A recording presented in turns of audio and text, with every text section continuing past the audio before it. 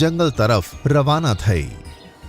કબૂતરીનું નામ સાંભળીને તો મારા મોઢામાં વારી ઘડી પાણી આવે છે. હા ડાર્લિંગ, હું પણ બહુ મુશ્કેલીથી મને કંટ્રોલ કરી રહ્યો છું. બંને કબૂતરીના ઘરે પહોંચ્યા ત્યારે પેલું બચ્ચું જમીન પર પડ્યું હતું.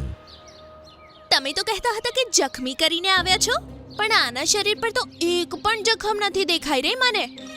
ખબર નથી પડતી, ઘા તો બહુ મોટો હતો. ગોલ્ડી અને ચીલ બચ્ચા તરફ આગળ જતા જ હતા કે એવામાં એક અવાજ આવ્યો. ગોલ્ડીબાજ, તે ફરીથી મારા જંગલમાં પક્ષીઓનો શિકાર કરવાનો પ્રયત્ન કર્યો? અરે અરે, તું ક્યાંથી ટપકી પડી? ત્યારે તે બચ્ચું પણ બોલી ઉઠ્યું. હું એકદમ ઠીક છું. હવે જોજે મહારાણી તારો શું હાલ કરે છે. હા, આમને તો મળીને આપણને બેવકૂફ બનાવ્યા.